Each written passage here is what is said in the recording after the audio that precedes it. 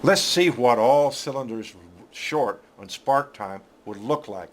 Here's a waveform showing us this spark. Notice on this 1 millisecond sweep, where the arrow is going is right down the 1 millisecond line.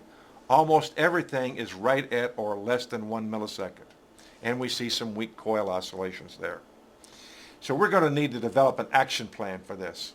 We need to check for worn spark plugs. They might all be worn, 50, 60,000 miles.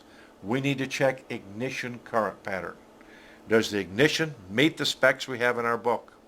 Is it doing what we expect it to do? If the ignition current is low on all cylinders, all coils, then you go look for a bad B plus or ground. If it's one coil, go to that particular coil and find out what's going on with it.